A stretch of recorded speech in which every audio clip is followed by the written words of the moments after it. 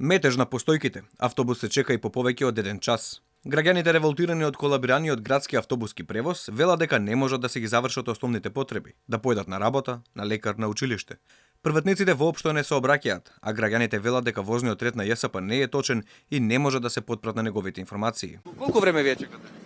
До сега пола сат. Да. Често се случува да не дојдат? Не, сега тоа се случува, овие неколку денови.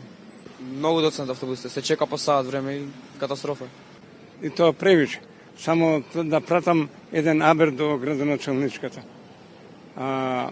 Не е човекот збор. Погледнете ја незината антропологија, ќе видите колку вреди. Има ли нервоза по автобуските поради... Како не, еве, јас сум нервозен да ти кажам. Правилно ти кажам. Да стојам одека како мисира одека, што се вика. Нема ни градоначалник, нема никој одека више. Ова држава не е, ја ќе ти кажам. Ове лопови се седи. Отворено ти кажам. Арсоска, нека дојди, нека чека автобус, па да види како е, а не да се фали. Во моментов 20 на линии кои беа обслужувани од приватниците повеќе не се обраќаат. Од ЈСП вела дека се покриени со соодветен број на возила, за непречено да се одвива актуелниот вознен ред.